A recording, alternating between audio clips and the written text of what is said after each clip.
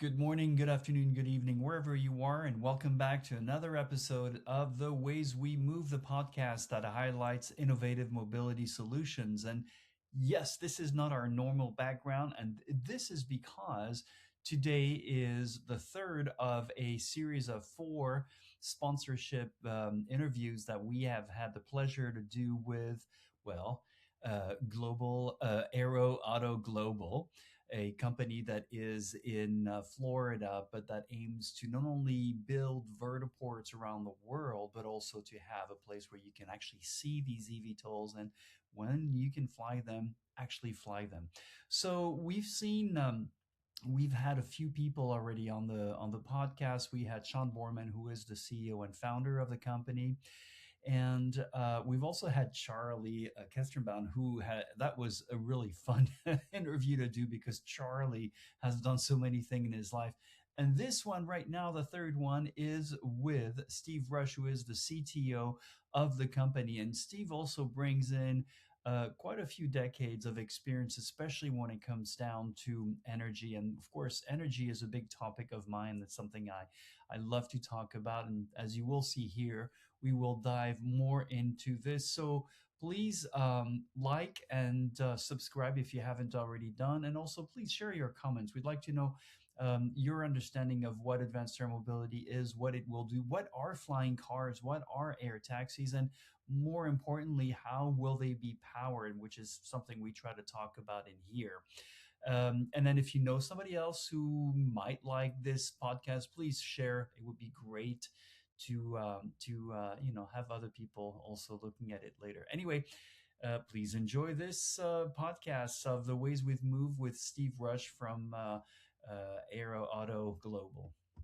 Well, Steve, welcome to The Ways We Move, the podcast that highlights sustainable mobility innovations and the people behind them. And I said sustainable, it's really innovative mobility solutions. Without further ado, tell us a little bit more about who is Steve Rush and what you do and all that kind of good stuff.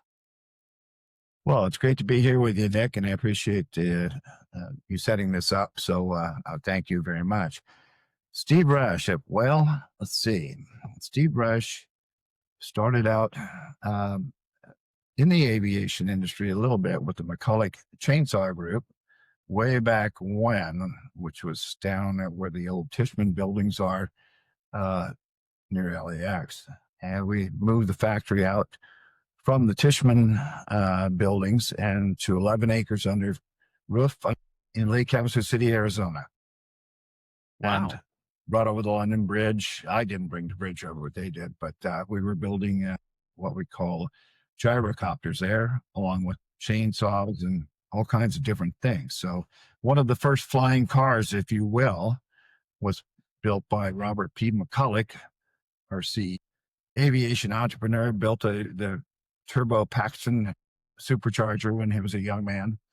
So quite an entrepreneur. Anyway, that started out there. Then I moved back to California, and I grew up in California, but then went to school in Arizona, and then went to the McCulloch Corporation, and I came back. And then I went ahead and moved to Northern California, where I got into the high-tech industry. I became a Silicon Valley guy, getting involved with Seagate Technology, building hard drives.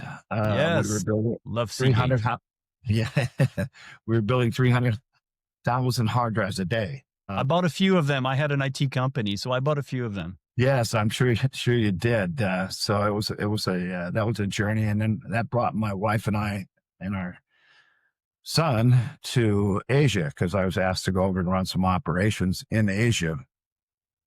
So we moved to started out in Thailand, because that's where one of the biggest operators. We had 40,000 people there. And then we moved, cumulatively, we were there for 8 years. And we also spent 2 years in Hong Kong and 2 years in Malaysia. I love Hong Kong. Oh, it's great. It's kind of like New York on steroids, isn't it? Yeah, exactly. It's the Asian part of New York, but it's even wilder than New York in some ways. And then you drive 15 minutes away from the city, and you're in this picturesque, wonderful villages. And I don't know, there's something about Hong Kong that's unique.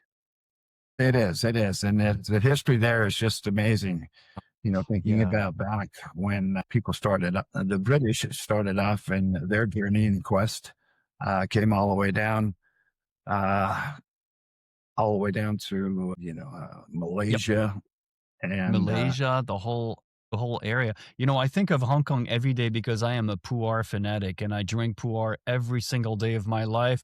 I'm up to my second one right now, my second tasting of the day, whether it's sheng or shao.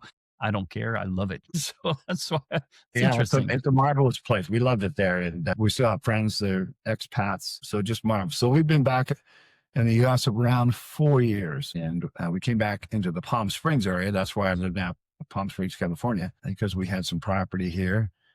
Our children are kind of centrally located. Some of them are around Los Angeles area, uh, and San Diego area. But anyway, that's where we're at today. Good, good, good. That's perfect. So tell us a little bit about your role at Aero Auto Global. And by the way, thank you for being our first sponsor. So we're very excited about that. Tell us a little bit about your role at Aero Auto. What do you do there? Well, as little as possible till Sean finds me and makes me do something. No, just teasing. Exactly. No, I have met Sean through another company and another friend, a colleague. And my background is technology, as well as out of Silicon Valley. I started a startup company, or was a co-founder with called OptiSolar. We built one of the largest solar infrastructure plants at the time. We built a lights out factory with robotics and building solar panels and building, if you go to Google, on the Google machine to Sarnia, Ontario, and you look up OptiSolar, you'll see a 60 megawatt farm that we put in Wow. back in the day.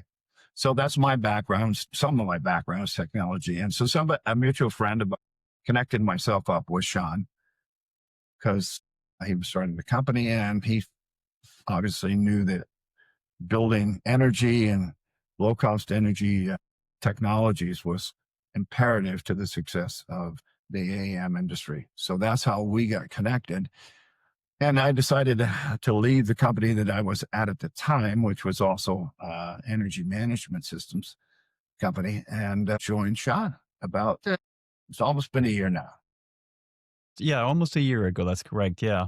And this is something we're going to talk a lot about on this podcast is the energy equation. You said a magical number of 60 megawatt. We'll come back to why that's such an important number to reach, hopefully. But before we do that, tell us a little bit more about what Aero Auto does. What is it? What are you guys doing with the company?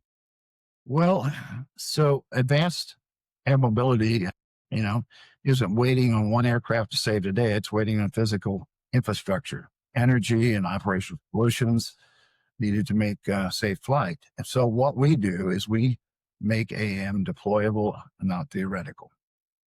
That's kind of it in a nutshell. That's well, that's well said. I love that because usually when I do my talks and I'm always saying, "Hey guys, infrastructure is sexy. We are the glue that bonds it all together." But I like that deployable, not theoretical. It's perfect. Yeah, our thesis is simple. If you control where the aircraft land, how they charge, and how operations run, you can probably unlock the entire market. Absolutely. So we're not betting on one eVTOL OEM at a time. We're building a platform for all OEM needs. That's the way we That's see the business. Yeah, and I think that's one of the fundamentals. I think the key success to any company working within AAM is being agnostic, working with one another and everything. And I think that's very important. And we are at that inflection point right now where we still talk to one another. We're still good friends. We call each other on our phones and everything. In 10 years, it's going to be very different, obviously. But it's such a wonderful time to really work together like that. To know that we're building the future. Once in a lifetime revolution, as they say, and it's not a trite thing to say. I understand that. And I'm a little careful, Nick, on using the word agnostic because I know that all industries, all businesses contingent to be successful is contingent on creating strategic partnerships. Yep. So we're also interested in locking up, not locking up, but I'm just making sure we get the right partners to go forward. Yeah, and I think that's a really good point you make. Back in 2008 in the EV industry, we had CHAdeMO, right, and it was a de facto standard, but it worked really well. Its upgradability roadmap was wonderful. We were going to super fast charging.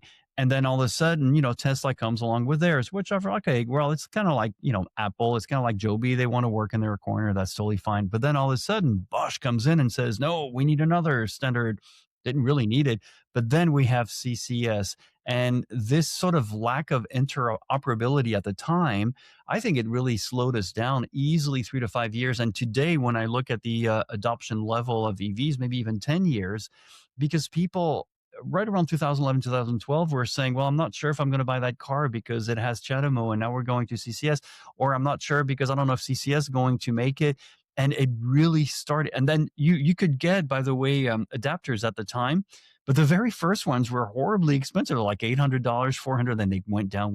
Now you can get them for less than $50. So I'm hoping we will not see that again. I'm hoping MCP somewhere along the lines will be the way to go, but that is going to take a few more years before we get there. But yeah, I understand about the word agnostic is used around a little too often these days. Yeah, and so having so we both understand technology, and one interesting thing about technology is it's always changing. It's ever fast. Rick Barry, one of the comedian or authors of funny, whimsical writings, says that the only thing he knows about technology, as soon as they put it on the conveyor belt and it falls off, time for another one. It's just, Yep. just Yep. goes so fast. Yep. But anyway, Yeah. so we had a similar problem in the hard drive industry, where if you remember the PCMCIA slots on the side of the computers, Yes. couldn't come up with a standard, and there was everybody wanted to have their own, and they wanted to have a unique so they could control and manage the market, and to just kind of stop the whole market from going anywhere. So finally, we got together and put a standards committee together, and we were able to help resolve that, to allow the industry to go forward. So I think that this will eventually, there'll have to be, Yes. I'm not the, everybody wants to be the king of the mountain. There's going to have to be standards committees that will have to come out and say, okay, for the benefit of the industry, we're going to have to come up with Perfect. some. Yeah. And here's another refreshing, sober look. I was talking to Kyle at Beta Technologies, and he said, ultimately, I don't care what we choose, whether it's MCP or CCS. It doesn't really matter. I can just cut that connector and put another connector on. And on the IT side of things, yeah, I rewrite a few lines of codes. Whoop-de-doo. It's still the same things, potatoes kind of thing. But he makes a good point. It's I guess when you want to start to go down into the weeds, it's really how are we going to push megawatts through a cable, which is no small feat, right? The No, more it's not. watts you push out, And it's for me, it's even, it's, that's true what you're saying. It's also different. It's about the actual cost per kilowatt. yeah, exactly. That's what, New ball, yeah, that's a whole new problem right there too. Yes, well, I was hoping to go there a little bit after, but you're right. The cost of energy, absolutely. yes. So, yeah. Okay. So the problem that we solved, right? All of these airports and FBOs, they want AM revenue. They want eVTOL OEMs. They want ready nodes. Operators want to fly. Uh, Nobody wants to pay for it. They don't want Nobody to wants to pay for it. Everybody wants to happen, but it's like, well, so who's going to pay for it? Oh, not me, but I want it. Yeah, Not me. well, because the uncertainty that still is in the market is, when is the miracle going to occur? Yeah, yeah. You know what? And We need to also have companies be way more straightforward about the certification roadmap. Is that right now we're going towards airworthiness, and that's good. That's really prototyping mostly. But commercial certification, that's a few years down the road, a few $1 billion down the road. And I think the public is still very confused about that, because a lot of people I hear are saying, we're going to be flying next year. Well, technically, yes, but not you and me, no. So you're right. We're moving in tandem. yes, and so we all understand that eVTOLs are being delayed. There's still a lot of technology. We talked about it a little earlier. Excuse me. It keeps changing. very fast. But in the meantime, that's why infrastructure is going to win.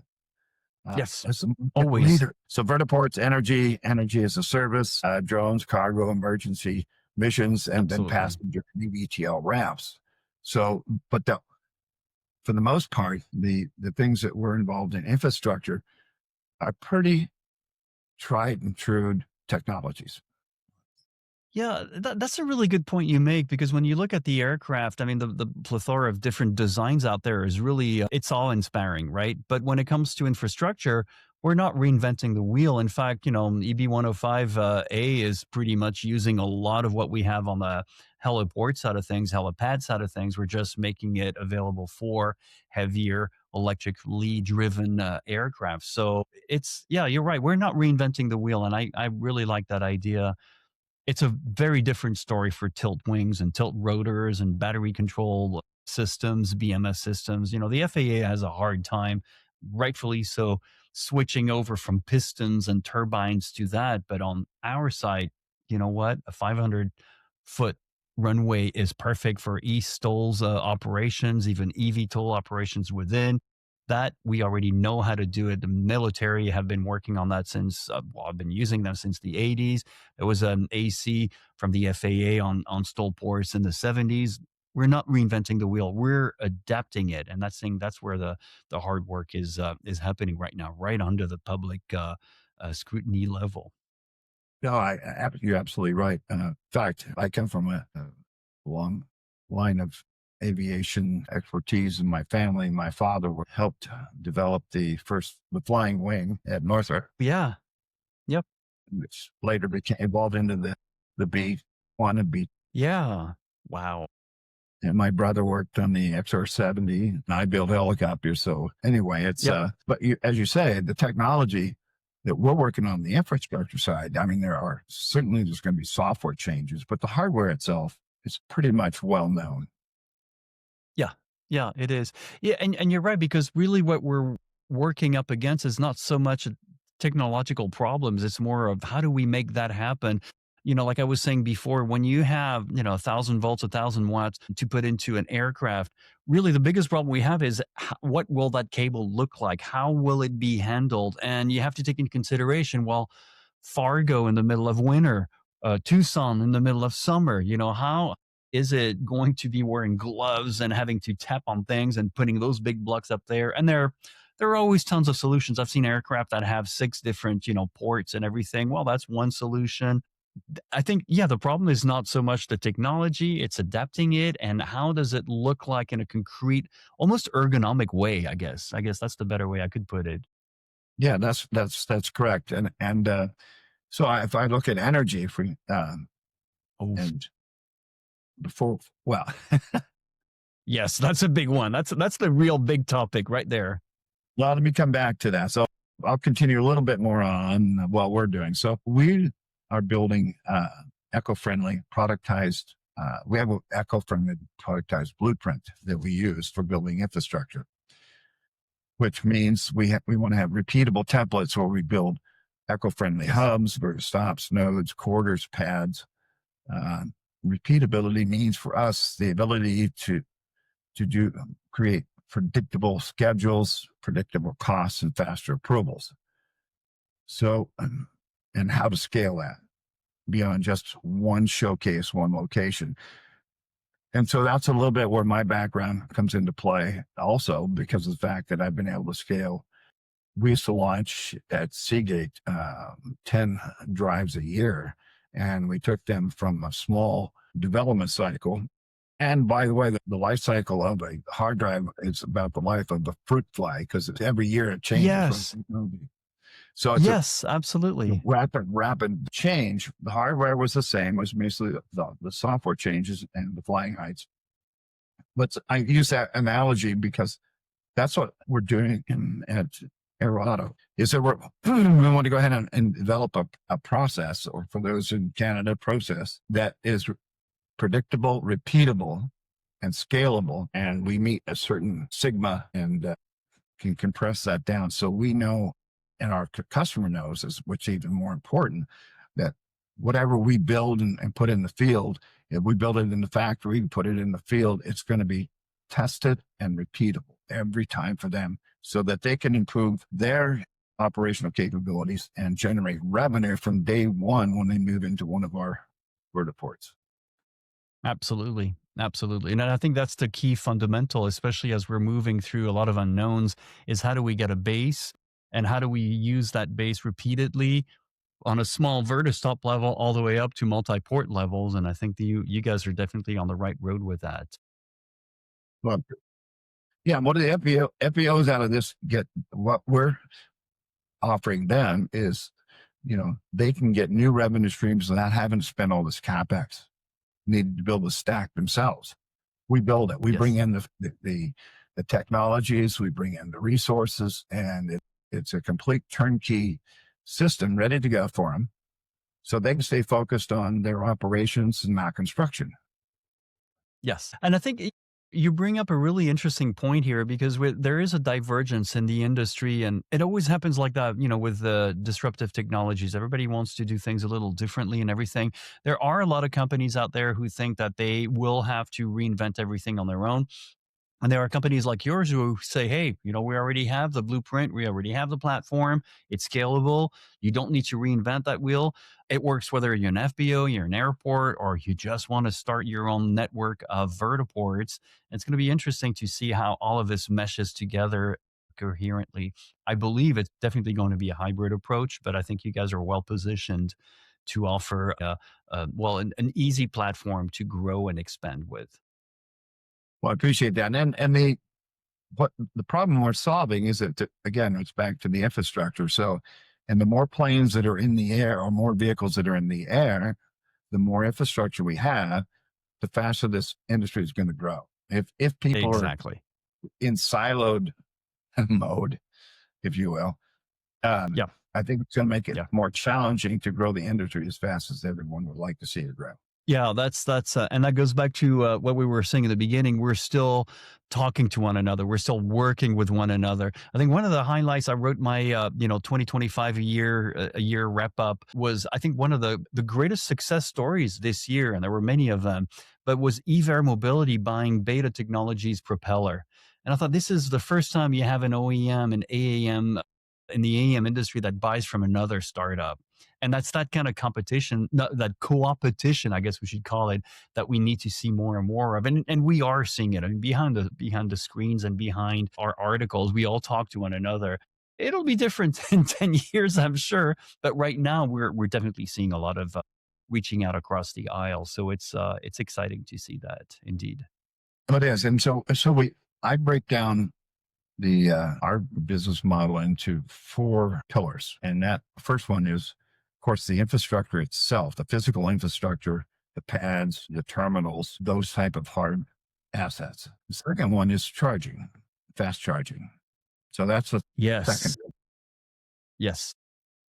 The third pillar is operations. Yes. Is being able to Yeah. operate effectively. Yes. So, Yeah, it's operation is something we don't really talk too much about. I just finished a recording with Tony Drummond with her Future Flight Global, and it's definitely a head scratcher. We know who the potential players are. We know those who are probably already working on it.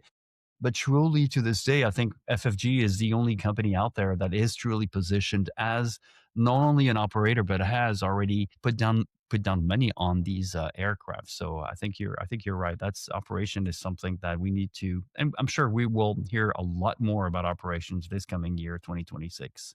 yes. And then the fourth pillar of that is the Eros digital brain. Yes. So we can integrate all of these network operational Yes. software devices together. We can centralize it into what I call the You knot. know, Yeah, into something like that. It was very interesting when we did our master class, our AAM master class in Rome.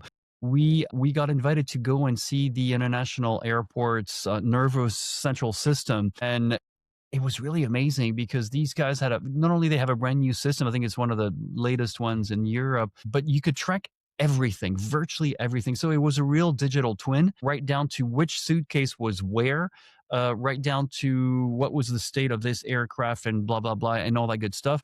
And it was also backed with 3 cameras for each aircraft. So you had the nose, you had the side, and the rear quarter view behind. And I thought it was amazing. So, and also it highlighted, and this is something that's going to be very interesting in our operations too, because as you may or may not know, airports in the US operate very differently from airport in Europe. Like in Europe, they're not sent out on any aprons or taxiways to get ready to fly. They stay put. And once there's an open spot, they go out there. Whereas over here, we can, I've sat on tarmac for an hour and a half once. That Yeah. was just part of life, right? You don't think twice about it. So it's going to be interesting to see how we view these differences between what the FAA says, what EASA says, and hopefully ICAO is going to help us with all of that. But yeah, I think that that's a very good point that you make. That is, how do we? And of course, this opens up a whole can of worms. And I'm going to have a good friend of mine who's an expert when it comes to AI. Is the role of AI in all of that, because we will need AI to understand, predict, dig through a lot of data just to get an idea of what the base load is, what we need to have, and get ready for. So that's a very good point. I don't think people know or understand or appreciate how complicated infrastructure is, and I think truly how sexy it is once you think about it. So that's a good point. It is, and that includes. So as you say, with the as we get into Aeros, and knock, and all this other solutions, just on infrastructure will have to come into play, such as if you want to, from a security standpoint and all those things, as we become more efficient, we'll probably need some, what I want to call offload runways, to where Yes. they can stack up out of the terminal, head over here, right? So there's going to be a whole different design, I think, and layers of in the infrastructure side. Yeah. Yeah. I think one of the greatest thing that we've been talking about for the last, 3, 4, 5 years is really the use of STOL ports, or multi-ports now, as we're trying to call them. But, before we were very stuck on the idea of vertipads inside vertiports.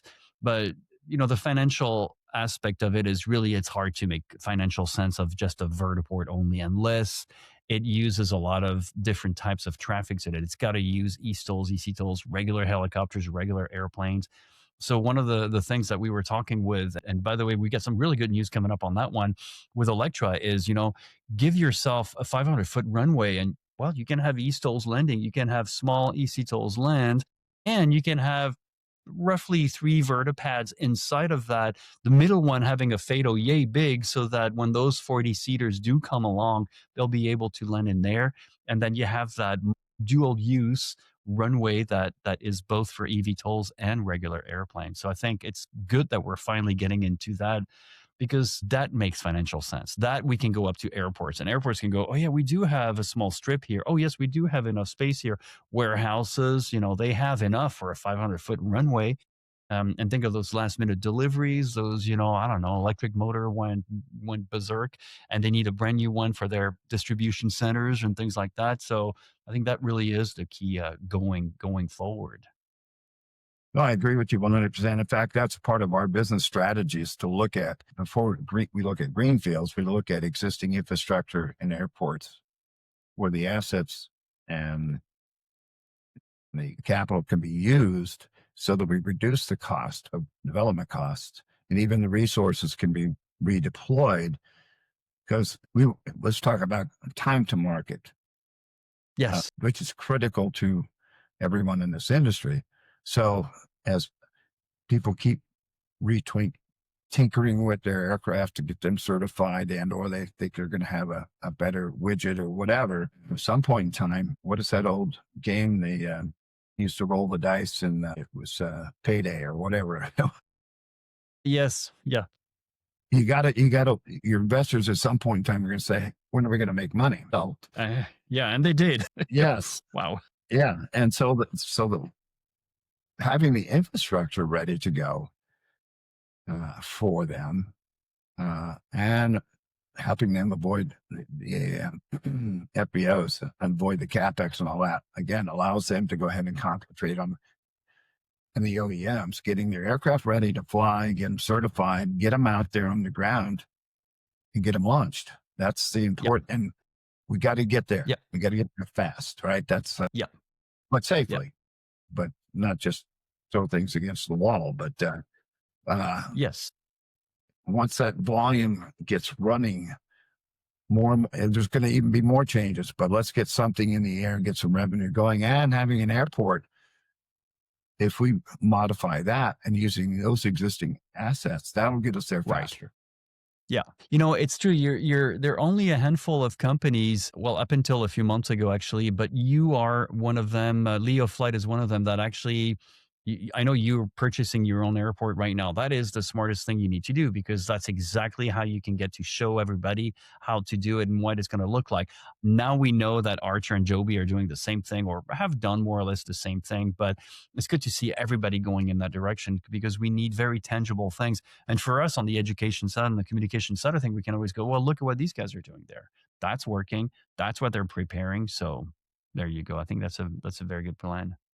Yeah, and I think it's interesting that some of the OEMs are doing this. Is that so? Yep. The question is, are they going to be? Are they going to be? What's going to be their marketing position? I mean, if they have their own aircraft coming in, are they going to service them first? Or are they going to serve it? What's their protocol? Yep. Yep. Yep. We set it up. We'll take not back to an agnostic view, a Right. fairness. Yeah, that's a very good point. That's one of the questions we were asking for those companies who want to be vertically integrated and everything. Well, great, fantastic. Go ahead. You have everybody's blessings to do that, right? But what's going to happen if and when, and it will happen, your aircraft is diverted, rerouted because XYZ reasons. You have to land on another multi-port. And what do we do? The MRO is not set up for that. How do we move it out of the way? What do we do with the passengers? Those are questions that need to be addressed. And I think there are plenty of examples in the industry, in other industries, of how this can work, but we'll have to see. And those are the questions, by the way, I think we're gonna have some answers to that in 2026, because there really are important questions. We've been in recording for about a half hour. Now I want to move into our favorite conversation. That's the energy equation part of this, because that's, to me, is probably, it's the sexiest part of what we're doing, is how in the world are we going to have enough energy to do all the things we want to do at these multi-port levels. So I'll just preface this very quickly. I've traveled all over the world, and I've talked to utilities all over the world. Right here in Georgia, by the way, we have the most expensive electricity in the United States. And so I ask all of these guys, and I say, so you're going to give us enough electricity to run these vertiports, multi-ports every day? And they're like, oh, yes, yes, yes. And I'm like, oh, that's interesting. Well, I'm not an expert at what you do, but I can tell you how much energy we need. And I sort of bring it up slowly: drones, operations, eVTOLs, eSTOLs. And I said, and an eSTOL can draw anywhere from 2 to 5,000 amps, meaning at the end of the day, at 5 or 6 o'clock in the afternoon, I'm going to need 10 to 50 megawatts of power reliably every day. And you're telling me you can generate this and transport that? And you should see their faces. And it's the same all over the world. It's like, no. So please do not tell me not to look for micronuclear reactors or turbines burning, hydrogen or ammonia or whatever, because I don't know how else we're going to solve this. Some of them even go as far as saying, oh, don't worry, we'll put a substation in your a backyard. So, yeah, well, that's all nice and dandy, but a substation is 3 to 5 years to wait for one, and we don't have that kind of time to wait for. So I wanted to get your point of view, because we did ask Robert Bassi the same question, and he also seemed to agree that that was one of the biggest bottlenecks that we have today. How does AeroAuto look at this part of the jigsaw puzzle? Well, it is a jigsaw puzzle, as you mentioned, and there's not a silver bullet answer. Nope. So it's going to take a village, right? It's going to take everything you can think of and be creating on the infrastructure side to deliver. And I come back to the lowest common denominator is the price of the lowest cost per kilowatt delivered. Yep. Yeah. And if people don't keep that in mind when they're talking in terms of infrastructure energy, then you're out in the ether somewhere. Yep. Exactly. Yep. You have to bring it back down to reality and say, okay, as you said, I don't know what your cost is where you're at. You said it's the highest. How much is it per kilowatt? I can't remember, but if you look at Georgia Power has the most expensive kilowatt hour price in the United States. For what reason we don't really know, but they ran over budget. They built a big nuclear reactor that, of course, was very late, over budget, and all that kind of good stuff. I think they're just catching up. On top of which, our state is inviting a lot of data center to come in here, and we're just looking at an energy crunch here, and our bills keep on going up. In fact, It's the same. almost all members of the PUC have been replaced. It's a very explosive situation right here in Georgia. Well, Love it my is state, by global. the way. It is, yeah. Well, it is in California as well, where I'm here. I But mean, yes, we yes, get yes, fires yes. going in the hills, and that shuts down power. And they have these peaker Yep. plants, Yep, and the peaker plants absolutely. come on, and they're dirty, they're nasty. Yeah. And it takes time, by the way, 6 hours to fire one of them up. I mean, I don't know how peak they are because they do take a long time to fire up. So, yeah. Sorry, I didn't Right. mean And to interrupt there. no, that's okay. But then you have other things that are associated with that, and that's called the surge, right? When they kick on, all of a sudden you get this surge of power, and if you're not protected here or there, you could be Poof. destroying equipment. So, and then they That's shut why off. Yeah, and that's why and there are so many solutions to that. I mean, I remember back in 2008 looking at vanadium flow batteries and things like that. We need to have a lot more than that. Not just lithium batteries. I mean, that's great. There are plenty of them coming offline now, and they're great for storage, but there are lots of other solutions that we can use, and we should be also diversifying a lot with that. I mean, that's something that one of the things that we've been looking into is how do we stockpile and put these buffers, these load balancing buffers within the ecosystem of a vertiport or a multiport. So, but you're Yeah, right. and that gets back to all these different technologies that, in fact, when I was in the energy building and construction side of things, we were looking at a friend, colleague of mine is PhD at one of the universities, MIT. And so we were looking at when we're building solar storage, Mm. solar power, not storage, solar power, it was all about getting the most output out of those assets. But storage was always an issue, even then. Right? This is back in 2008, 2009. We were looking Yeah. at storage.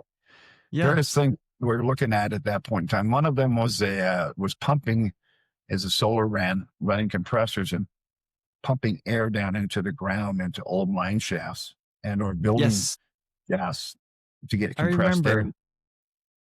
Yes, I remember that. That was a very intriguing project. Yes. Yes, another one was the flywheel, where you would have like a Ferris wheel, and you would gear ratio it correctly, and you would go ahead and run that and let it wind up during the day. And then when Yep. night came, you let it come back, and it would turn the generators. Yep. Absolutely. That was another, and that was a clean.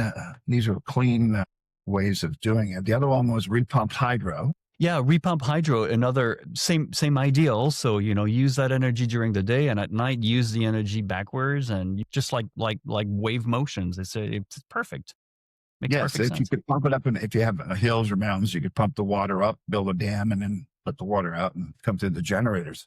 So when I take a look at a facility, and particularly an existing facility, green facilities are a whole different animal, but existing facilities, you never know if the capacity of the line that's there is full already, or as you say, we have 5 to 7 years to let the utility company come in and put another substation in. And if there's enough capacity, it doesn't mean anything.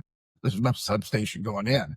It's just the It's true. capacity isn't there. So we have to look at alternative generation sources. And as you say, there's a lot of new battery technologies coming out. There's also capacitance Yes. type batteries that were used those are used in I think the B-52s. Some of those have some Really special. interesting. Yes. But so again, it's back to the various technologies. So and is a dreamer. You can sit back and dream, but at the end of the day, it's still got to be economic. It's still got to make economic sense. So this is usually at the time of the podcast where we start to talk a little bit about, how do you see the future unfolding, especially when it comes to AeroAuto? What do you feel the next few years are going to look like for you guys? Well, so the first thing is we want to close. We've got a wonderful backlog that we've built, a robust, let me say a different word, in potential existing infrastructure airports that we want to build on. That's our first priority, our first focus. And we want to get that one of those launched and on the scoreboards immediately if we can. And so Yes. we look for anchor tenants with OEMs and FBOs. So we're looking for people who will come in and say, okay, if you guys, and we have the financing we can bring in. So Right. if you guys can finance all of this and all that, I'll be happy to pay the lease to be a tenant there. And I'll also sign up for your advanced or AAS services, which includes all the ground support, a lot of the knock systems, the software, everything that an FBO would want to have on their own, but they don't have to pay for it. We supply all of that. So they can just walk in, here's the keys, start making money today. That's the idea. And so we're looking for partners that want to work with us, and that includes all the dots, the F dots, the C dots, That's transportation right. companies, where we can get involved with them, get their approvals. We're looking for anchor sites. And that comes back to our corridor strategy, which Sean actually came up with. And that was a great idea. The anchor strategy is look for 4 points, and maybe a middle point would be a fifth one, that connect infrastructure, connect urban and suburban connectors, Yes. corridors, Yep. not just short hops, point to point. Yep. So we're Absolutely. looking to, again, create these aerial highways. So that's part of what our first thrust is right now is to get one of those on the board. It becomes a model for the other ones that we want to build. And we're looking for airports that want to modernize and become leaders, and FBOs that want to become partners and join us in this idea. It's not just an idea anymore. We believe it to be a sound business proposition. So we want to move from when to where and how. Yes, exactly. Absolutely.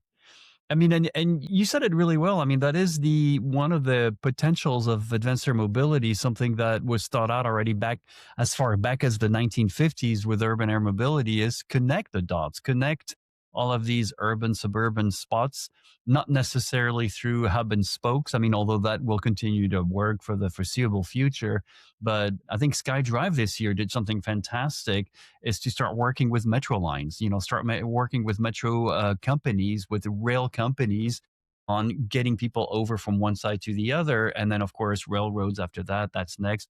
That's one of the potentials of advanced air mobility. That's what you guys are working on. That's actually pretty amazing. So we're now into the segment where we get a little bit more personal, but this is the question I like to ask everybody on the podcast is what's your personal motivation? What gets you out of bed in the morning? And especially knowing that you've had an amazing career, both in the hardware of the IT industry and the energy industry. What is your motivation today for being with AeroAuto? Well, probably just that beginning of my background with my family. It started off with my father. Uh, He joined the Navy when he was 15 and a half in World War II, Wow. was out at sea for 2 years. And they found out about it because he used my uncle's birth certificate, went over there. They went out and they got him and they gave him, he came back and they said, you can go to jail or you can do 6 months of guard duty at San Francisco. And so he chose the latter and they gave him a full honorable discharge. So from there, he went he went to school, went to college, started working for Western Electric, and then he went to work Wow. for the Northrop Group, where he helped develop the Snark first cruise missile out of Northrop, Yeah. Wow. developing the Scorpion aircraft. And then we moved to Palmdale, or Lancaster, California, And he used to take me out to watch the rocket sleds where they were doing all the right things. And we had a lot of That's right. all the people who did the right things coming over to our house playing Monopoly with pops until way in the morning, because there weren't very many people in Lancaster, California at the time. So he was working with them and helping them develop these getting ready for space flight. My gosh, watching that stuff as a 5-year-old, 6-year-old kid, Yes. pretty exciting. That was a genesis for me. Oh, I've just picked that. And then we moved to Lompoc, California. My dad helped build some of the first hardened underground missile silos. And I've seen an Atlas missile laying on its side for test sites when I was 10. Wow. So pretty exciting stuff. So I think that's where I caught the bug. So it had to be, right? So when I met Sean, that was kind of an exciting way for me to, with the career that I have, the energy, and there's kind of a natural fit to where I could bring this background that I have. I've got a master's in operations and bring that kind of technology experience to a new industry. And maybe I'm just a serial entrepreneur, Nick. I think I know that feeling very well.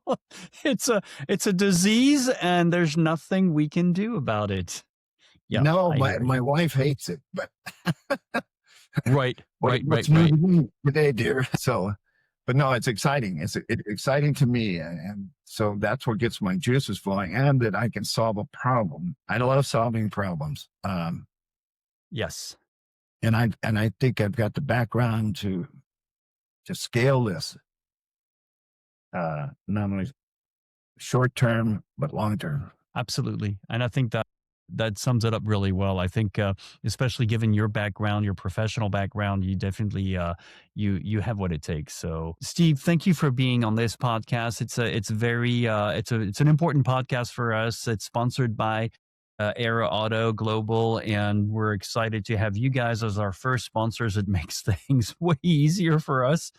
I really appreciate the conversation. And of course, you guys are always welcome whenever you want to come back here and talk about the great work that you're doing. And I think next we're going to have Paul Kamen come on the show, and that will be the last one that we will do, at least for now. We will do plenty of others in the future.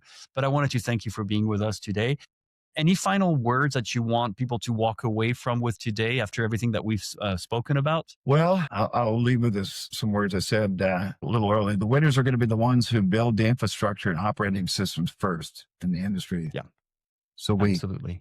We are looking for partners again. We're looking for anchor sites, operator partners, forward-leaning existing airports. Those are people who want to modernize and help lead this industry. So we welcome everyone to contact Sean, myself, so we can, again, move from when to where to how. Yeah, perfectly well said. I like that. To go into deployment beyond theory. Steve, thank you for being with us today. And for those of you who are watching us and those of you who are listening to us, thank you for listening to everything that we've been talking about. So our question to you again is the one we normally ask. Has your idea of advanced air mobility changed? Has it sparked any ideas? What do you think of the AeroAuto Global platform and their approach, especially as a startup? You know, it's hard being a startup in any disruptive technologies, but they're still around after a few years and they're maturing, evolving. What are your thoughts? How do you see yourself being part of this advanced air mobility world? How will it work for you? And again, if you work in any of these industries, we would love to hear from you. But in the meantime, please like, subscribe, and share this with other people who might be interested in innovative mobility solutions. And I'm signing off. I'm Nicholas Zard. We'll see you next week. And we had Steve Rush on the air with us today. Thank you, Steve. Thank you, Nick. We look forward, and we definitely want to come back and talk to you when we get our first successful launch of a Vertiport. Here's to 2026, right? Yes. And happy holidays to you and your family. Likewise, happy holidays to everyone. Thank you, Steve. You have a wonderful day, and then we'll talk soon again. All right. Thank you.